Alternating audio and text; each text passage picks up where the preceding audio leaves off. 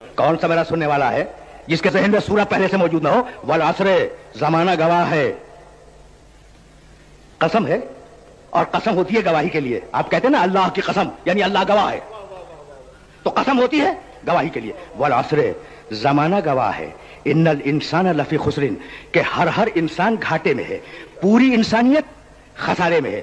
الا الذین آمنوا وعملوا الصالحات، بس وہ خسارے سے بچے ہوئے ہیں جو ایمان لائے، جنہوں نے عمل صالح کیا، جنہوں نے حق کی تلقین کی، جنہوں نے صبر کی تلقین کی. اس چھوٹے سے سورے میں 3 آیتوں کے سورے میں انسانوں کے 2 گروہ بتلائے گئے. ایک وہ جو خسارے میں ہیں، دوسرے وہ جو خسارے سے بچے ہوئے ہیں. ٹھیک؟ پھر سننا، 2 گروہ ہیں انسانوں کے. ایک گروہ خسارے میں ہے، گھاٹے میں ہے، نقصان میں ہے. دوسرا گروہ نفع میں ہے، فائدے میں ہے، خسارے سے بچا ہوا ہے. بڑا عجیب و غریب میسج ہے. اللہ نے کہا کیا؟ ہر انسان خسارے میں ہے سوائے ان کے جو مومن ہیں، عمل صالح کرتے ہیں، حق کی تلقین کرتے ہیں، صبر کی تلقین کرتے ہیں. یہی تو کہا ہے نا. یعنی پوری انسانیت کو بنیادی طور پر اللہ نے کہا کہ نقصان میں ہے، اور کچھ لوگوں کو الگ کر لیا. یہی ہے نا. اچھا، آپ نے ساری دنیا کے اگر قواعد دیکھے ہوں تو ساری دنیا کے قواعد میں ایک اصول ہے. اصول کیا ہے؟ کہ اقلیت کو اکثریت میں سے نکالا جائے. میں مثال دوں گا تاکہ میرے سننے والوں تک بات پہنچ جائے. سب آ گئے مگر فلاں نہیں آیا، تو سب اکثریت ہیں مگر فلاں اقلیت ہے. تو اکثریت میں سے اقلیت کو نکالا جاتا ہے. بھائی بات تو واضح ہو گئی نا. بھائی سارے شہر میں بجلی تھی مگر فلاں محلے میں نہیں تھی. پروردگار نے یہی کام کیا ہے اس سورے میں. والعصر، زمانہ گواہ ہے کہ ساری اکثریت خسارے میں ہے سوائے مومنین کے. تو جب قرآن کہہ رہا ہے کہ اکثریت خسارے میں ہے تو کب تک اکثریت پہ ناز کرتے رہو گے؟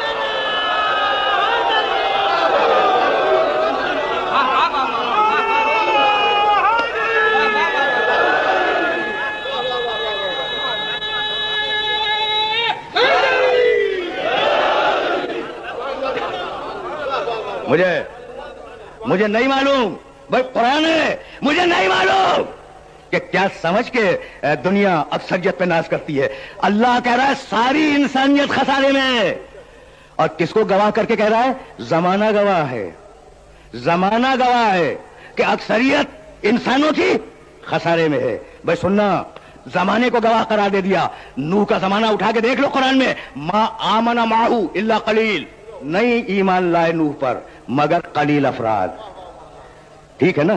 ابراہیم کا زمانہ اٹھا کے دیکھ لو، انہن اضللنا کثیرا من الناس. ابراہیم نے کہا ان بتوں نے انسانوں کی اکثریت کو گمراہ کر دیا ہے. تو نوح کے زمانے میں قلیل مومن، ابراہیم کے زمانے میں قلیل مومن، کثیر گمراہ. بھئی یہی تو ہے نا. اچھا، موسیٰ کا زمانہ اٹھا کے دیکھ لو. موسیٰ 30 دن کا کہہ کے گئے تھے، 40 دن طور پہ رہے، اور اس دوران میں گوسالے کی پوجا ہو گئی یا نہیں؟ اکثریت قوم موسیٰ کی گمراہ ہو گئی. اکثریت دور نوح میں گمراہ، اکثریت دور ابراہیم میں گمراہ، دور موسیٰ میں اکثریت گمراہ، دور عیسیٰ میں اکثریت گمراہ. بھائی اکثریت گمراہ رہی. یہ ہے انسان کا ماضی. اچھا، کچھ چھوٹا سا ایک دور آیا تھا کہ جب اچھے لوگ اکثریت میں تھے، اور میرے سننے والوں کے ذہن میں وہ دور محفوظ ہوگا. آدم، حوا، حابیل، قابیل، یعنی 1/4 ظلم تھا.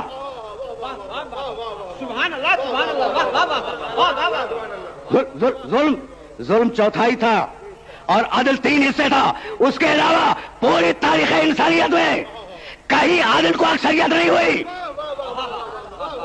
کبھی ہدایت کو اکثریت نہیں ملی. ہمیشہ اکثریت ظلم کو ملی، ہمیشہ اکثریت گمراہی کو ملی. ٹھیک ہے نا. اور اب ایک آیت سنو اور جا کے دیکھنا قرآن مجید میں، سورہ نور 24واں سورہ قرآن مجید کا، اور اس سورے کی انتہائی مشہور آیت پڑھنے جا رہا ہوں. آیت کا نام ہے آیت استخلاف. سننا، خلافت کی آیت، آیت استخلاف، خلافت کی آیت. بڑی مشہور آیت ہے اور بڑا ناز ہے مسلمانوں کو اس آیت پر. وہ آیت ہدیہ کرنے جا رہا ہوں. وعد اللہ الذین آمنوا منکم وعملوا الصالحات. اللہ ان لوگوں سے وعدہ کرتا ہے جو ماضی میں ایمان لا چکے اور ماضی میں عمل صالح کر چکے، لَيَسْتَخْلِفَنَّهُمْ فِي الْأَرْضِ، کہ اللہ ان ماضی والوں کو مستقبل میں خلیفہ بنائے گا. بھائی بڑا پڑھا لکھا مجمع میرے سامنے ہے، بڑا پڑھا لکھا مجمع میرے سامنے، ترجمہ پھر سننا. وعد اللہ الذین آمنوا منکم وعملوا الصالحات لَيَسْتَخْلِفَنَّهُمْ فِي الْأَرْضِ كَمَا اسْتَخْلَفَ الَّذِينَ مِن قَبْلِهِمْ. اللہ نے یہ وعدہ کیا ہے کہ جو ماضی میں ایمان لا چکے، جو ماضی میں عمل صالح کر چکے، اللہ انہیں مستقبل میں خلیفہ بنائے گا. تو یہ کیسے ممکن ہے کہ ماضی کا انسان مستقبل میں خلیفہ بن جائے؟ بھائی عمریں تو طویل نہیں ہے نا.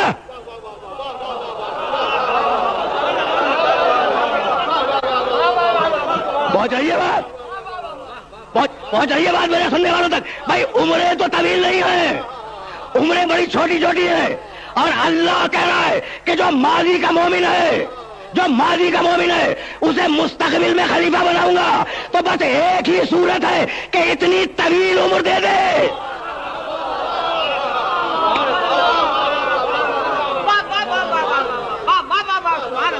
دیکھو آیت پڑھ رہا ہوں، آیت پڑھ رہا ہوں. اپنے گھر سے کوئی حدیث لے کے نہیں آیا، اپنے گھر سے حدیث نہیں لایا، آیت پڑھ رہا ہوں کہ اللہ کا وعدہ ہے، اللہ کا وعدہ ہے کہ وہ ماضی کے مومن کو، ماضی کے عمل صالح کرنے والے کو مستقبل میں خلیفہ بنائے گا. اچھا تو کیا مدینے کا بنائے گا؟ کیا مدینے کا خلیفہ بنائے گا؟ وعد اللہ الذین آمنوا منکم وعملوا الصالحات لیستخلفنہم فی الارض. مدینے کا خلیفہ نہیں بنائے گا، پوری زمین کا خلیفہ بنائے گا. کما استخلف الذین من قبلہم، جیسا کہ پچھلی قوموں میں داؤد جیسے نبیوں کو خلیفہ بنا چکا ہے. پوری زمین کا خلیفہ بنائے گا، مدینے کا نہیں. وَلَيُمَكِّنَنَّهُمْ دِينَهُمْ الَّذِي ارْتَضَىٰ لَهُمْ. اور سنو اللہ کا وعدہ ہے کہ جب ماضی کے انسان کو مستقبل میں خلیفہ بنائے گا تو اس کے دین مرتضی کو زمین میں نافذ کرے گا، اس کے پسندیدہ دین کو زمین میں نافذ کرے گا. وَلَا يُبَدِّلَنَّهُمْ مِن بَعْدِ خَوْفِهِمْ أَمْنًا. اور انسانوں کے خوف کو امن سے بدل دے گا. کیوں؟ اس لیے کہ اس کے خلیفہ کی حکومت ہوگی نا، اس کے خلیفہ کی حکومت ہوگی تو اب خوف نہیں ہوگا، اب امن ہوگا. یعبدوننی ولا یشرکون بی شیئا. لوگ بس میری عبادت کریں گے اور لوگ شرک نہیں کریں گے. تو وہ تھا انسان کا ماضی، توجہ رہے، وہ تھا انسان کا ماضی. ہر زمانے میں انسان گمراہ رہا اور ہر زمانے میں انسان کی اکثریت گمراہ رہی، ہر زمانے میں، ٹھیک ہے نا. اور یہ ہے انسان کا مستقبل. جب اقلیت گمراہ ہوگی، اکثریت ہدایت پہ ہوگی. تو قرآن کی بات میں کنٹراڈکشن ہو گیا یا نہیں؟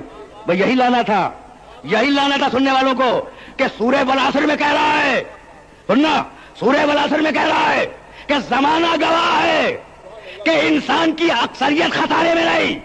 اور سورہ نور میں کہہ رہا ہے کہ لیکن ایک زمانہ ہوگا جب اقلیت خسارے میں ہوگی، اکثریت مومن ہوگی. تو تصادم ہو گیا یا نہیں دونوں آیتوں میں؟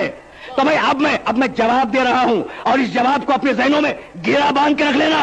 جواب یہ ہے کہ اسی لیے عصر کی قسم کھائی. عصر کے معنی زمانہ. جب تک عصر اور زمانے کی ہوا میں بہتے رہو گے اکثریت گمراہ رہے گی. اور جس دن صاحب العصر والزمان کے دامن کے سائے میں آ گئے